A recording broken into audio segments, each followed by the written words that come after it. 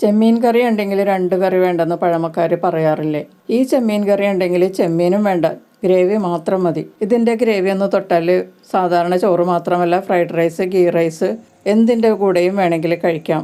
അപ്പോൾ ഇതെങ്ങനെയാണ് തയ്യാറാക്കുന്നതെന്ന് നോക്കാം. ഒരു പാൻ ചൂടാക്കി അതിലേക്ക് 2 ടേബിൾ സ്പൂൺ വെളിച്ചെണ്ണ ചേർക്കുക. വെളിച്ചെണ്ണയിൽ ചെയ്താലാണ് ഇതിന് നല്ല ടേസ്റ്റ് ഉണ്ടാവുക.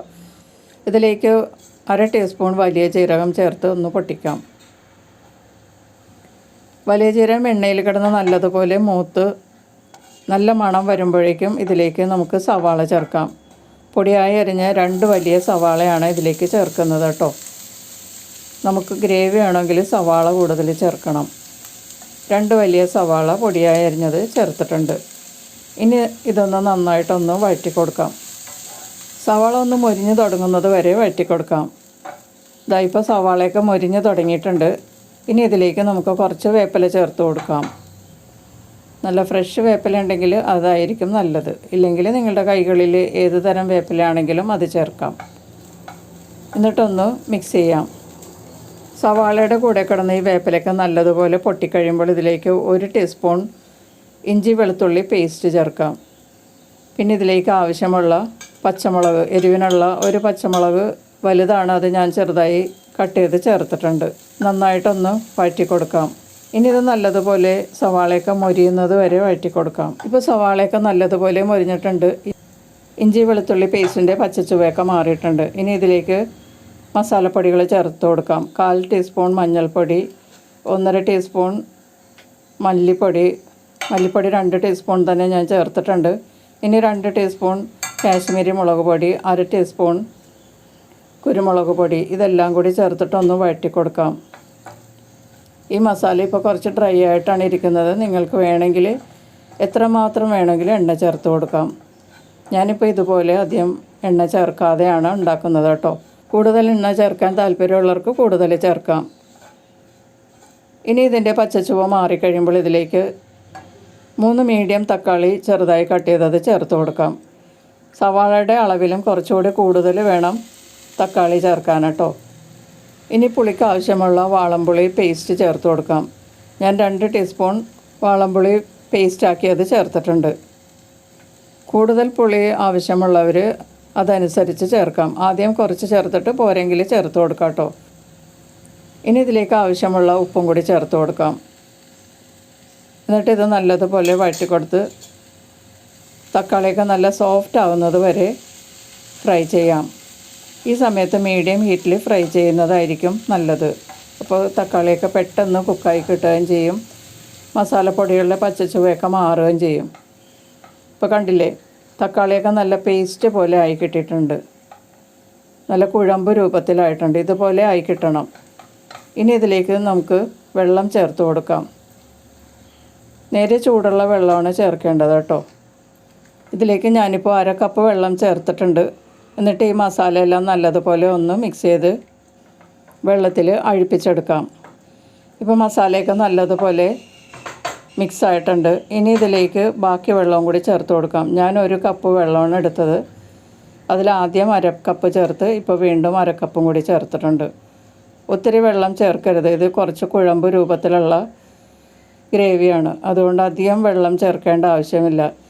ചെമ്മീത്തിന് അധികം വേവ് ഇല്ല. അതുകൊണ്ട് കൂടുതൽ വെള്ളം ചേർക്കരുത്. ഇനി ഇത് തിളക്കുന്നത് വരെ വെയിറ്റ് ചെയ്യണം. ഇപ്പോൾ ഗ്രേവിയൊക്കെ നല്ലതുപോലെ തിളക്കുന്നുണ്ട്. ഗ്രേവി ഇതുപോലെ തിളച്ച് കഴിയുമ്പോൾ നമുക്ക് മൂടി വെച്ചൊരു 3 മിനിറ്റ് ഒന്ന് തിളപ്പിക്കാം. അപ്പോൾ ഗ്രേവിയൊക്കെ നല്ലതുപോലെ ഒന്ന് കുക്കാവും. ചെമ്മീൻ ചേർത്താൽ കൂടുതൽ സമയം നമ്മൾ വേവിക്കില്ല. ഇപ്പോൾ ഒരു 3 മിനിറ്റ് കഴിഞ്ഞിട്ടുണ്ട്. നമുക്ക് തുറന്ന് നോക്കാം. കണ്ടില്ലേ, ഇപ്പോൾ എണ്ണയൊക്കെ നല്ലതുപോലെ മുകളിൽ തെളിഞ്ഞ് കാണാം. നമ്മൾ അധികം എണ്ണ ചേർത്തിട്ടില്ല, കുറച്ച് എണ്ണയെ ചേർത്തിട്ടുള്ളൂ. അധികം എണ്ണ ചേർത്താൽ നല്ല ശരിക്ക് മുകൾ ഭാഗത്ത് എണ്ണ തെളിഞ്ഞ് നിൽക്കുന്നത് കാണാം. ഇനി നല്ലതുപോലെ ഒന്ന് ഇളക്കി കൊടുത്തതിന് ശേഷം നമുക്ക് ക്ലീൻ ചെയ്തെടുത്ത ചെമ്മീൻ ചേർത്ത് കൊടുക്കാം. ഞാനിതിപ്പോൾ 400 ഗ്രാം ചെമ്മീനാണ് എടുത്തിരിക്കുന്നത്. 500 ഗ്രാം ചെമ്മീൻ ക്ലീൻ ചെയ്യുമ്പോൾ നമുക്ക് 400 ഗ്രാം കിട്ടും. ആ 400 ഗ്രാം ചെമ്മീനാണ് ഞാനിതിലേക്ക് ചേർക്കുന്നത്. ഇനി ഇത് നല്ലതുപോലെ ഒന്ന് ഗ്രേവിയുമായി മിക്സ് ചെയ്യാം. ഈ സമയത്ത് ലോ ഫ്ലെയിമിൽ വേണം കുക്ക് ചെയ്യാൻ കേട്ടോ. ചെമ്മീൻ ഒത്തിരി ഹൈ ഫ്ലെയിമിൽ ചൂടാക്കരുത്, അത് കല്ലിച്ച് പോകും. ലോ ഫ്ലെയിമിൽ ഇനി നമുക്കൊരു 5 മിനിറ്റ് മൂടി വെച്ച് ചൂടാക്കാം. 5 മിനിറ്റിൽ ഇടയ്ക്കൊക്കെ ഒന്ന് ഇളക്കി കൊടുക്കണം കേട്ടോ. ഇപ്പോൾ ഒരു 5 മിനിറ്റ് കഴിഞ്ഞിട്ടുണ്ട്. ഞാനൊരു പ്രാവശ്യം ഇടയ്ക്കൊന്ന് ഇളക്കി കൊടുത്തിട്ട് വെച്ചതാണിത്. ഇപ്പോൾ കണ്ടില്ലേ, ഗ്രേവിയൊക്കെ നല്ലതുപോലെ കുറുകി ചെമ്മീനുമായി പൊതിഞ്ഞ പാകത്തിലായിട്ടുണ്ട്. നിങ്ങൾക്ക് കുറച്ച് ലൂസായ പരുവത്തിൽ വേണമെങ്കിൽ കുറച്ചുകൂടി വെള്ളം ചേർത്ത് ലൂസാക്കാവുന്നതാണ് കേട്ടോ.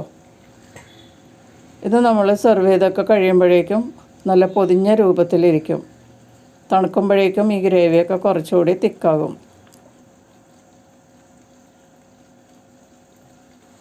ഈ സമയത്ത് ഇതിൻ്റെ ഉപ്പ് നോക്കിയിട്ട് നമുക്ക് പോരാത്തത് ചേർത്ത് കൊടുക്കാം. ഇതിപ്പോൾ കുറച്ച് ഉപ്പിൻ്റെ ആവശ്യമുണ്ട്, അതുകൊണ്ട് ഞാൻ കുറച്ചുകൂടി ഉപ്പ് ചേർത്തിട്ടുണ്ട്. ഇനി ഒന്നുകൂടി നല്ലതുപോലെ മിക്സ് ചെയ്യാം.